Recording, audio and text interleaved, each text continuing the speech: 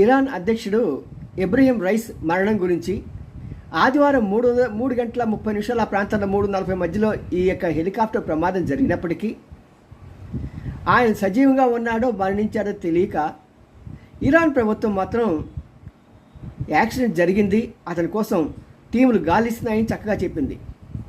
కానీ ఈ ముసాద్ జీవ సంస్థ అయినటువంటి ఒక ఛానల్ వాళ్ళు స్పష్టంగా చెప్పేశారు 3:40 కల్లా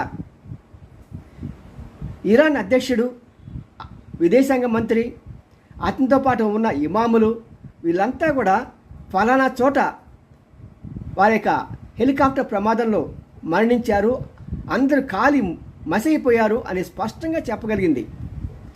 ఇలా చెప్పడం వెనుక ప్రపంచంలో ప్రతి ఒక్కరూ అనుమానిస్తున్నారు, ఇంత చక్కగా స్పష్టంగా ఫలానా చోట ఉందని ఎలా చెప్పగలుగుతున్నారు? బహుశా ఇజ్రాయెలే ఈ హత్య చేయించింది